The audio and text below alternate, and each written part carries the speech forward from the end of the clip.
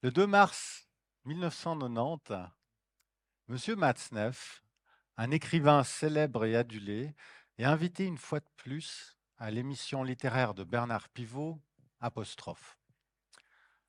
Bernard Pivot va introduire son invité et va vanter les exploits sexuels de Monsieur Matzneff avec des lycéennes et des minettes. Les autres invités vont sourire de ces grivoiseries, vont parler du talent, du génie de Monsieur Matzneff. Une certaine Denise Bombardier, qui était aussi invitée, écrivaine canadienne, va lâcher une bombe, forcément. Elle va dire: Monsieur Matzneff sodomise des fillettes de 14 ans et s'en vante dans ses livres. C'est pitoyable. Choc et consternation, en direct, à la télévision. Les autres invités, tout de suite, vont reprocher à Denise Bombardier d'être une moralisatrice rétrograde, une ennemie de la liberté, oh mon Dieu. Il y en aura même plus tard pour dire qu'elle était mal baisée. Pourtant, qu'est-ce qui est choquant? Les paroles de Madame Bombardier ou les actes de Monsieur Matzneff? Nous savons tous la réponse à cette question. Qu'est-ce qui s'est passé? On appelle ça l'ignorance collective.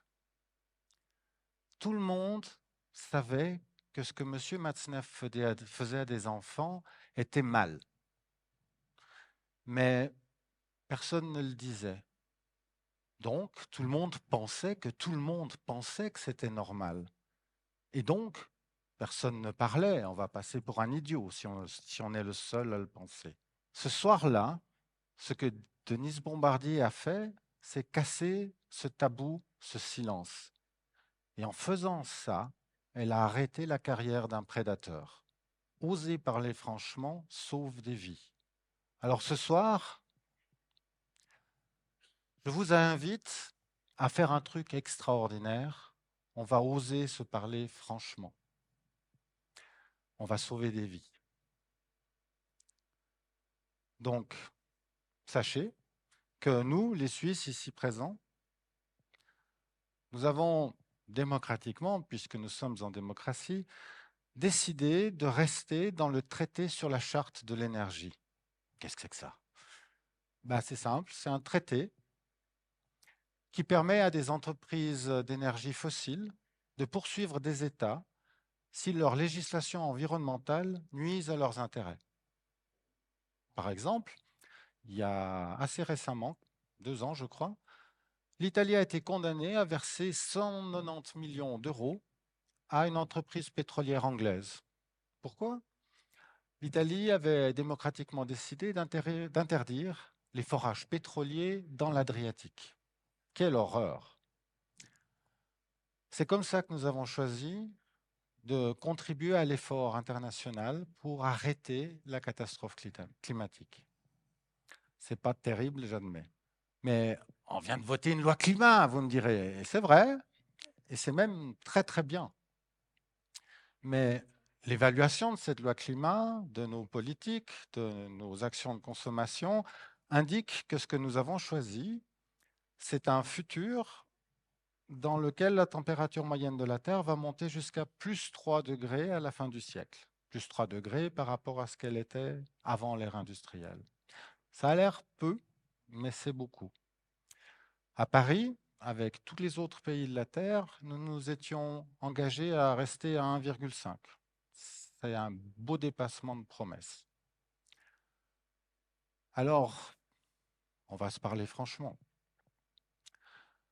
Il y a quelques jours, à la maternité de Fribourg, une petite fille est née. Elle s'appelle Chloé. Ah, on la voit. Comme on est tous ici présents des gens bien, qui trouvons que faire du mal aux enfants, c'est mal, je vous propose de accueillir Chloé dans le monde que nous avons décidé de construire pour elle. Pour pouvoir le faire bien, je vais être votre porte-parole et lui dire franchement le monde que nous lui léguons. Chère Chloé, bienvenue dans le monde que nous te construisons. Tu n'as pas encore de voix, mais tu as tout l'avenir devant toi. Tu es né à la fin d'un été surnaturel. Il y a eu plus d'inondations, d'incendies, d'ouragans, de tempêtes que je ne saurais les compter. Pour quelqu'un comme moi qui est né le siècle passé, c'est assez effrayant. Pour toi, ce sera le meilleur climat que tu connaîtras de toute ta vie. Quand tu auras 7 ans, nous aurons déjà atteint ces fameux 1,5 degrés que nous avions promis de ne pas dépasser. À ce moment-là, la glace du Groenland va fondre pour toujours, c'est irréversible. Ça veut dire que la mer va monter pour des milliers d'années, sans jamais s'arrêter. Toi, tu n'as que 7 ans, tu es trop jeune pour t'en préoccuper, pour même le savoir. Quand tu auras 18 ans, nous serons déjà à plus 2 degrés. À ce niveau de réchauffement, tous les coraux sont morts. À ce niveau de réchauffement, on va assister à des fontes abruptes du permafrost dans le cercle polaire. Ça va dégager du méthane, on ne sait pas calculer, on ne sait pas combien, on ne sait pas l'impact. Mais ça se passera, on le sait à ce moment-là. Quand tu auras 18 ans, les spécialistes prédisent qu'on devrait compter les réfugiés dans le monde pour des causes climatiques en centaines de millions. Zurich Assurance estime même qu'on peut parler d'1 milliard de réfugiés. Tu ne peux pas encore l'imaginer, Chloé, mais c'est 100 fois la Suisse qu'on jette sur les routes et sur les mers. Ça fera des morts, mais on ne sait pas dire combien. Par contre, tu as 18 ans, tu as le droit de vote maintenant. Tu vas enfin pouvoir décider de ton avenir avec tes concitoyens. L'ennui, c'est que la fenêtre pour un avenir durable et vivable pour tous, nous l'avons déjà fermée. Tout ce que tu peux essayer de faire, c'est d'essayer d'éviter d'aller beaucoup plus loin que ce qu'on a décidé. Je ne sais pas si tu auras le courage d'envisager des enfants dans ce monde-là. Je ne sais pas si tu seras terrorisé par l'avenir qui t'attend alors que tu as à peine 18 ans. Mais si tu nous en veux, je crois que tu as le droit. Chère Chloé, quand tu auras mon âge, nous serons déjà arrivés au plus 3 degrés auquel nous nous sommes engagés en votant cette loi climat. À plus 3 degrés, je ne sais pas raconter combien de catastrophes auront lieu, il y en a trop, mais de toute façon, tu t'en ficheras.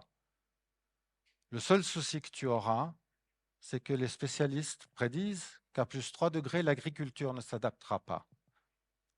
L'insécurité alimentaire sera globale, c'est assez simple, tout le monde aura faim.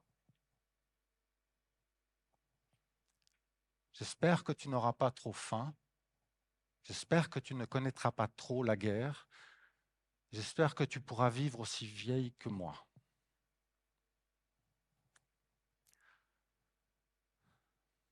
Dit comme ça, franchement, ça met mal à l'aise quand même. Moi, je me sens extrêmement mal à l'aise. À dire vrai, j'ai honte. Je suis mort de honte. Je suis mort de honte pourquoi?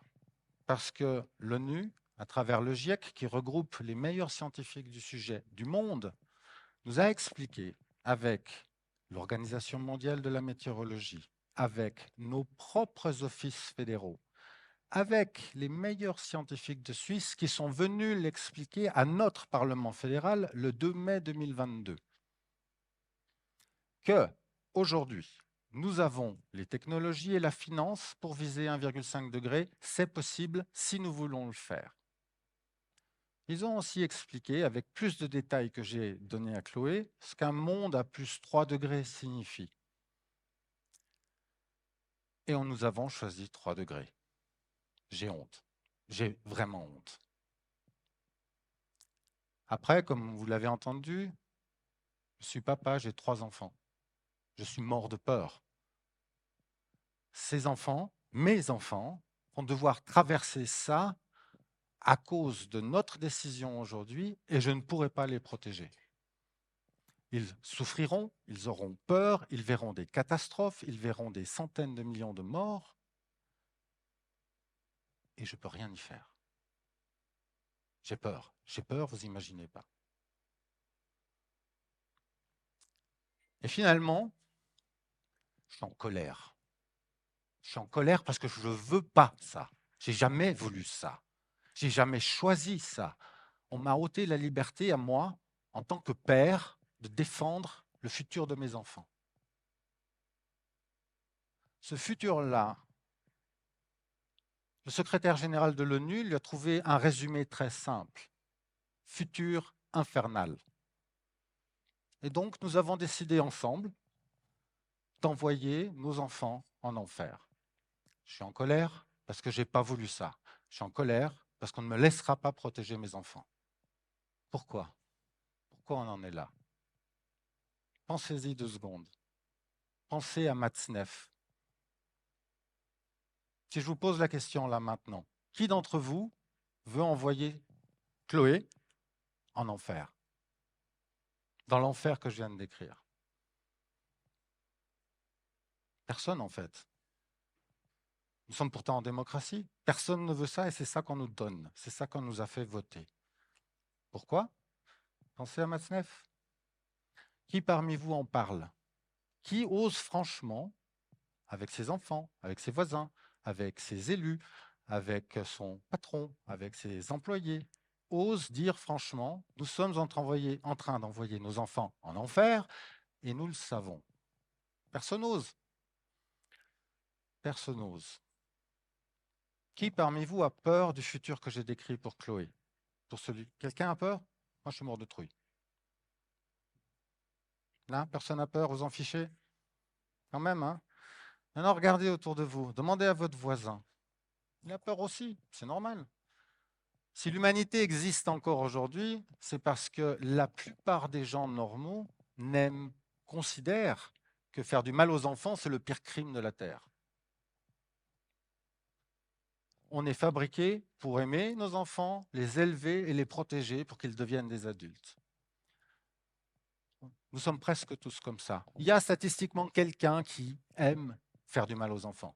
Ok, il est tout seul. Il y en a peut-être 2. Mais la majorité, on ne veut pas ça. Mais on n'en parle pas. Tout le monde ici présent, vous pensez que votre voisin n'a pas aussi peur que vous.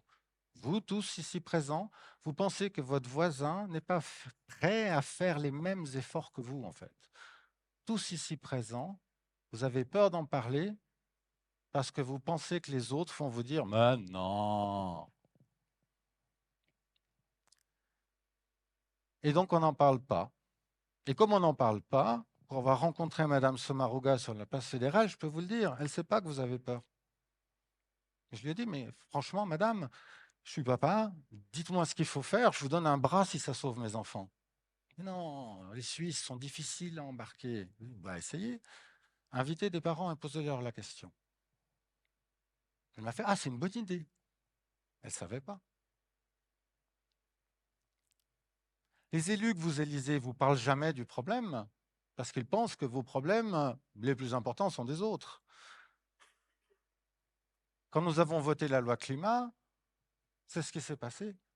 Ils nous ont proposé ce qu'ils croyaient qu'on allait pouvoir accepter parce que jamais ils nous ont dit on est en train de parler de sauver la vie de vos enfants.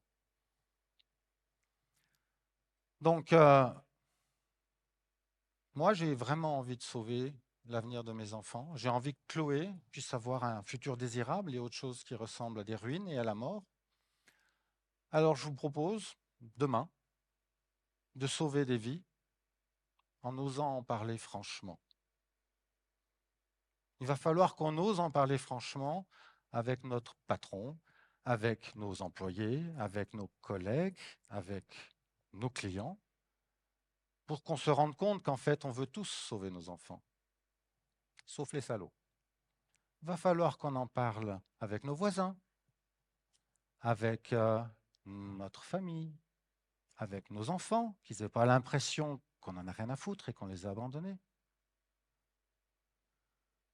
Et il faudra qu'on en parle avec tous nos élus, à la commune, au Parlement, au Conseil fédéral, leur casser les pieds. Alors je sais, c'est super difficile, parce qu'effectivement, il faut avoir le courage de se poser là, comme Denise Bombardier, et de dire, franchement, nous envoyons nos enfants en enfer, je ne le veux pas, ça me fait peur, j'ai envie que ça soit différent.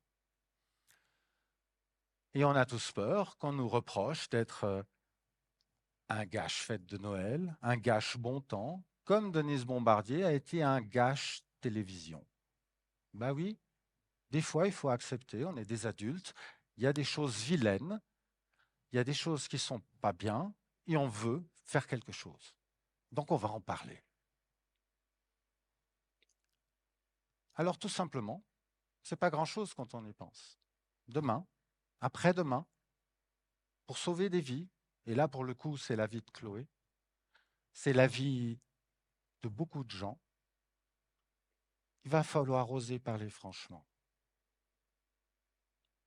Pour Chloé, pour mes enfants qui sont là, pour vos enfants à vous, vos petits-enfants, vos neveux, vos filleuls, pour notre propre humanité, osons parler franchement à tout le monde, partout, tout le temps.